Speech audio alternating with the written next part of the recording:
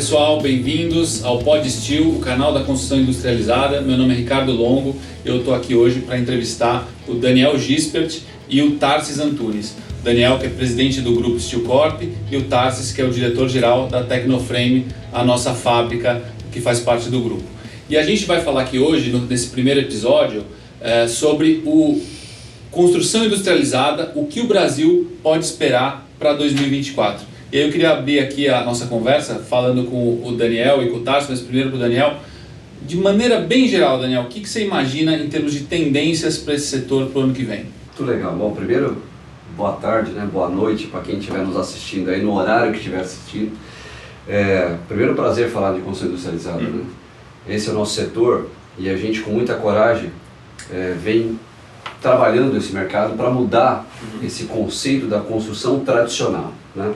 Só para você ter uma ideia, a gente tem hoje a construção civil, ela tem um peso de 2,3 trilhões, que é o que vale a construção civil por ano aqui no Brasil, o que equivale a aproximadamente 23% do nosso PIB.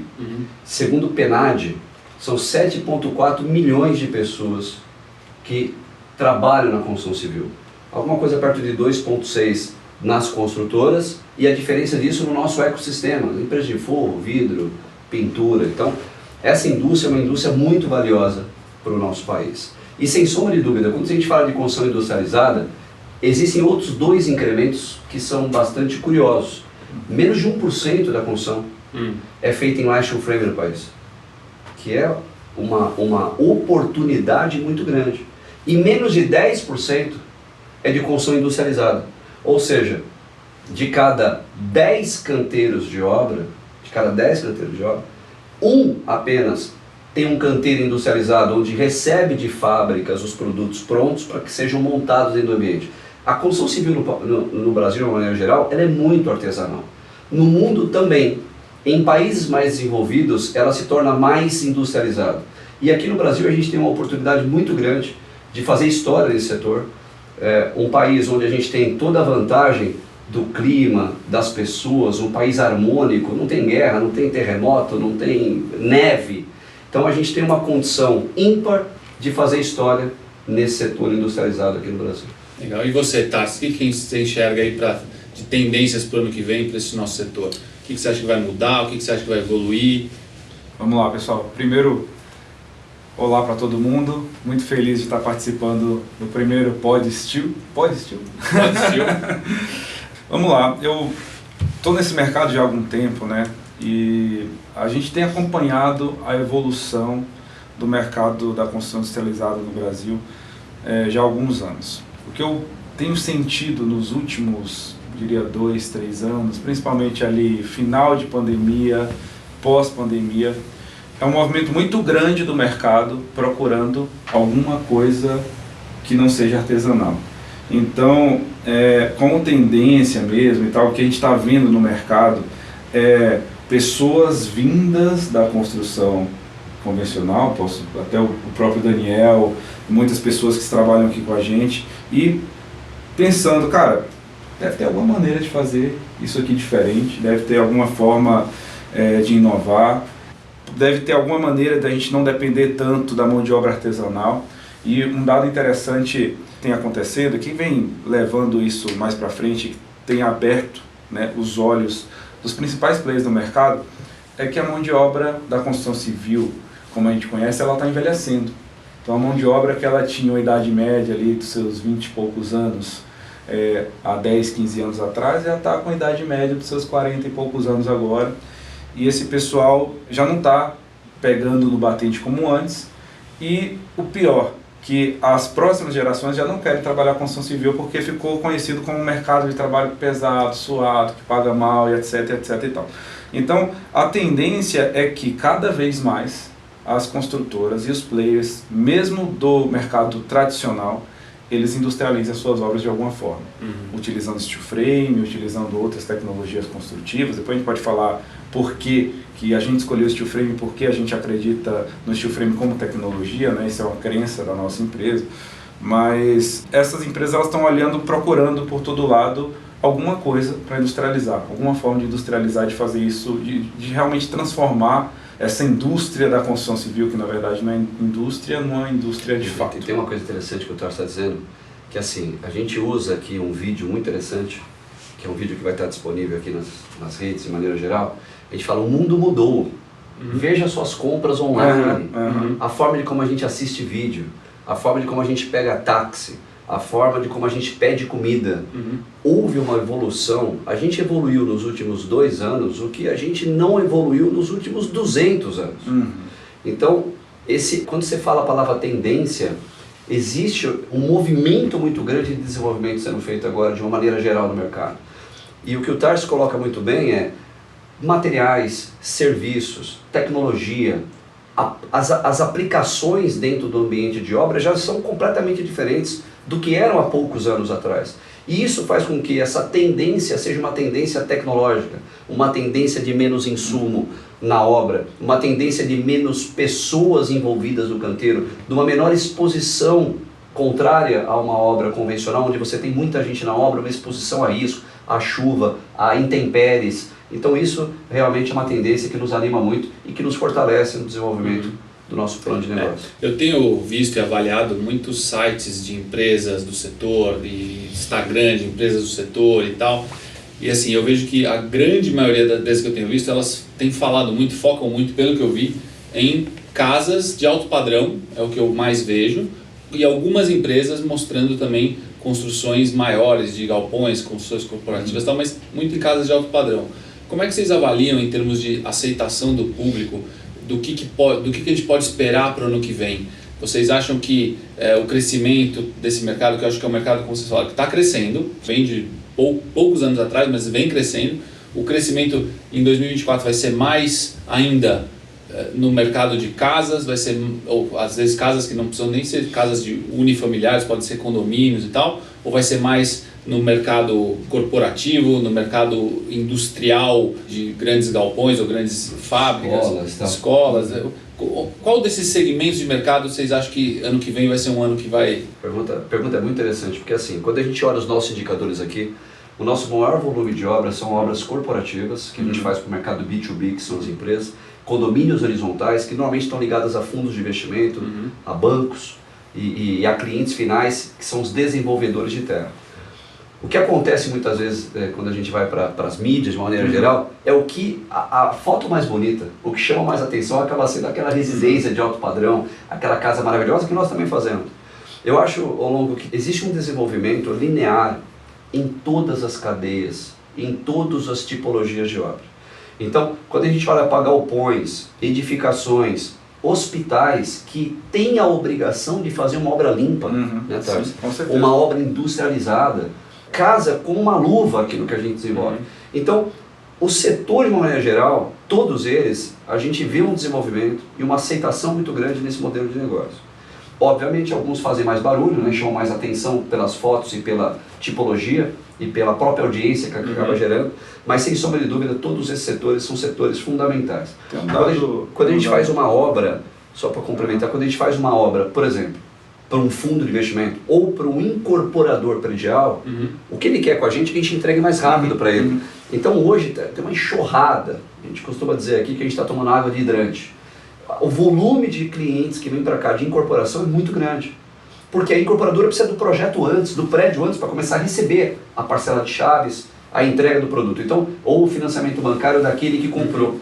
Então, como o nosso produto, vamos chamar assim, o nosso sistema construtivo entrega uma obra 50% em média do tempo de uma obra convencional, a gente está tendo uma enxurrada de oportunidades de clientes nos procurando para buscar, em função do prazo, essa alternativa de construção. Sim, tem um dado interessante que eu acho que isso está muito ligado também à maturidade do mercado nacional. Então, ali de 2019 para 2020, a gente fez uma pesquisa pela Abcem para analisar esse mercado de steel frame, drywall como um todo e tal. Nessa época, a gente analisou que cerca de 85% mais ou menos das construções de steel frame, sem falar de drywall, que são muito mais corporativos, de steel frame eram residenciais. Mas isso está muito ligado à maturidade do mercado, né? E maturidade no quesito de ter empresas maiores, com mais porte, acreditando em metodologias construtivas assim e fazendo coisas maiores, né? Isso vem mudando com o passar dos anos, né? O mercado ele vai ficando mais maduro e a tendência é que empresas despontem para justamente atacar hospitais, como nós já fizemos, escolas, obras grandes, obras de grande porte. E isso, obras públicas, né? Porque querendo ou não, o mercado de obra pública é um dos maiores mercados da construção civil no Brasil, é um mercado muito grande, gigantesco. Só que tem uma série de regulamentações que precisam ser feitas. Então, essa maturidade, ela tá em todos esses pontos, né? Desde quando você vai fazer uma obra pública, que você tem que ter uma planilha que ela é balizada para o setor tal e setor tal. O órgão público, ele vai lançar aquela licitação, ele tem que ter uma base de dados para colocar aquele preço. Isso ainda não tinha há poucos anos atrás, é um negócio que vai saindo agora. Tem uma questão muito ligada a financiamento, normatização, que a norma do sistema Light Steel Frame, por exemplo, é uma norma que ela entrou em vigor mesmo no ano passado. Então, tudo isso diz respeito à maturidade do mercado nacional de absorver essa tecnologia. E quando a gente fala de cultura, eu acho muito interessante porque nós todos vivemos em contato com construção a seco o tempo inteiro em nossas vidas, né? Independente da pessoa. Então, quando você vai para um hotel, as paredes ali são de drywall, construção a seco. Quando você vai no hospital, quando você vai no escritório que você trabalha, é tudo de construção a seco. Então, muitas vezes falta um pouco de conhecimento da pessoa ali e se porventura existisse alguma questão cultural, que isso também vem sendo quebrado, né? A gente tinha realmente no Brasil muito essa questão de não, de tijolo, não sei o que, tem que ser forte, e a gente vem quebrando. Inclusive esse vídeo que o Daniel falou é muito bom, né? Porque a gente vai respondendo todas as dúvidas que as pessoas têm, mas tudo isso está diretamente ligado à maturidade do mercado. Então precisamos de mais empresas fazendo maior volume de obra, atacando todos os segmentos, dos bancos juntos, órgãos públicos, para esse mercado realmente tomar uma escala interessante. E tem uma coisa que é importante que todos se conscientizem, ou que entendam essa visão. Esse caminho da construção industrializada é um caminho sem volta. O caminho de você ter uma obra totalmente ESG, né? Uma obra sustentável, responsável. E cada vez mais as empresas estão exigindo isso dos seus fornecedores também, né? O mundo está exigindo isso, né? As empresas exigem dos fornecedores, a gente exige do mercado. Quantas vezes a gente prefere ter algo reciclado a algo que não é reciclado. Então, existe um movimento de mundo, que até o Tarso comentou bem, essa nova geração do mercado é uma geração muito mais ligada às questões ambientais e tal. Então, assim, esse caminho da construção industrializada é como o caminho do carro elétrico para a indústria automobilística. É um caminho sem volta. No começo existe uma resistência, porque você tem setores contrários, no caso do carro, o setor do combustível, que deixa de vender combustível, porque você tem os carros a bateria, mas é um caminho que é um caminho sem volta. Esse caminho é um caminho que, com o passar dos anos, o índice de crescimento ele vai ser cada vez maior, e eu não tenho dúvida que as empresas, os profissionais que se atentarem para isso o quanto antes vão aproveitar muito essa onda desse ramp-up que vai ter aí para frente. E o que vocês sabem aí, talvez o Tarso possa me contar, o que você tem visto em termos de tecnologias novas, fornecedores novos que estão talvez desenvolvendo novos produtos ou que estão chegando no Brasil, coisas que estão talvez começando agora, que a gente está começando a ver, e que seja uma coisa que deve ser alguma coisa nova que deve despontar no ano que vem, ou mais talvez ainda 2025 e tal. O que tem de novidade de verdade nesse setor em termos de tecnologia? Tecnologia nesse setor, agora a bola da vez é você, um termo que inclusive a gente tem usado muito, é pensar na obra off-site, que é fora do canteiro, né? On-site no canteiro, off-site fora do canteiro.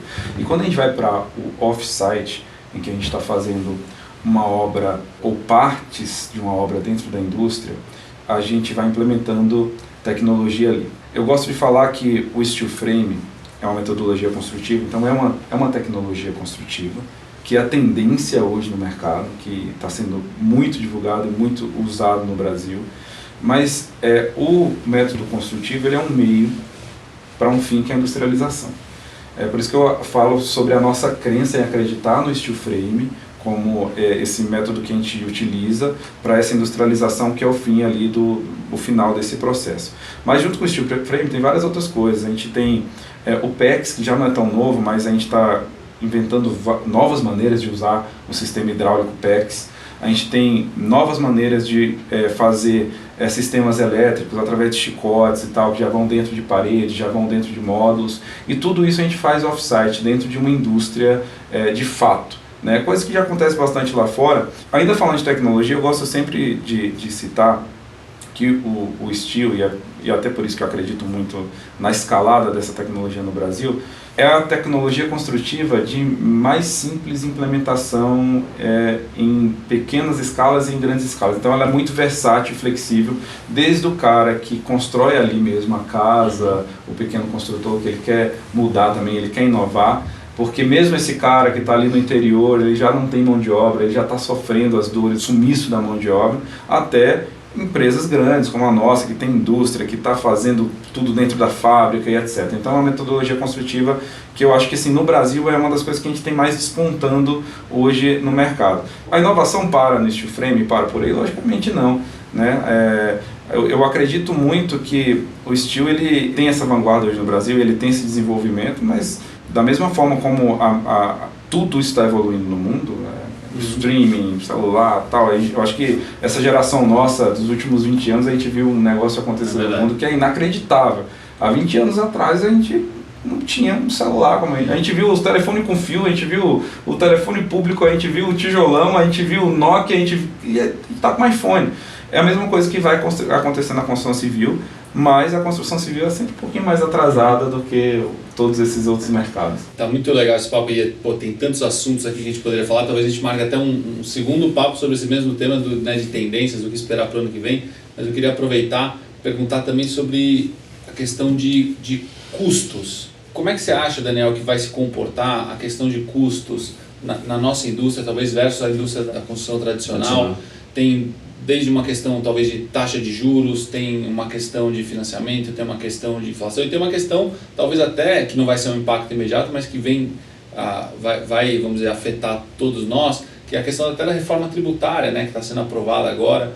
Como é que você avalia aqui essa matriz aí de custo, comportamento, de custo do setor, né, do setor todo da construção civil, do nosso setor de construção industrializada? Como é que você acha que isso vai evoluir? Não, ótima pergunta. Eu acho que para explicar isso, tem que dar 2 passos para trás e te contar uma coisa que é muito interessante, é uma história real do que aconteceu nesse nosso setor. E eu vou tentar traçar alguns paralelos. Em 2019, a gente tinha um setor onde o quilo do aço era extremamente caro. Por que o quilo do aço era caro em 2019? Porque a gente estava naquele momento pré-pandemia e a gente não tinha passado pela pandemia, que trouxe para cá algumas empresas, principalmente chinesas do aço, empresas asiáticas, que contribuíram para que o preço do aço caísse.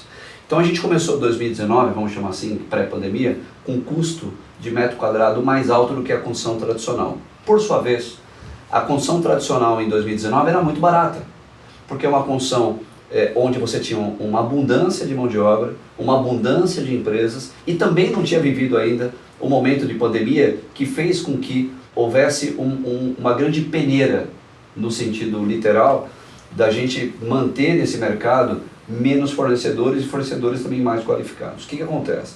Quando a pandemia começa, o mercado para.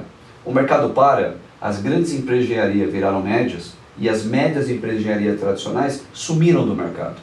Houve um aumento do custo de mão de obra.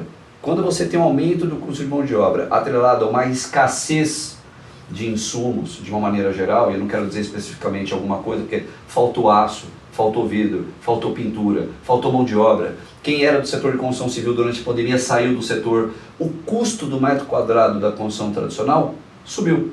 Deixou de ser aquele custo marginal baixo, que inclusive era ruim, porque não remunerava bem os fornecedores. Então era uma cadeia que sempre estava fornecedor quebrando, nascendo, que era um negócio muito ruim. Então o custo do metro quadrado da construção tradicional, ele elevou. Em contrapartida, o custo do metro quadrado da construção em light steel frame reduziu. Hoje, a gente diz que o nosso custo é um custo equivalente. Por que custo equivalente? Porque quando a gente coloca todos os atributos de tempo, é óbvio que a estrutura light steel frame, do ponto de vista de custo metro quadrado, ela é superior à alvenaria. Mas quando você coloca todos os atributos, a nossa construção é equivalente. Mas equivalente na metade do tempo, uma condição termoacústica muito melhor e uma série de outros atributos e vantagens. Então, o que a gente percebe? Quando a gente coloca uma linha de tendência para frente, a gente percebe ainda mais desenvolvimento tecnológico na nossa área, o que vai trazer para a gente mais competitividade. A gente analisa mais empresas entrantes nesse mercado.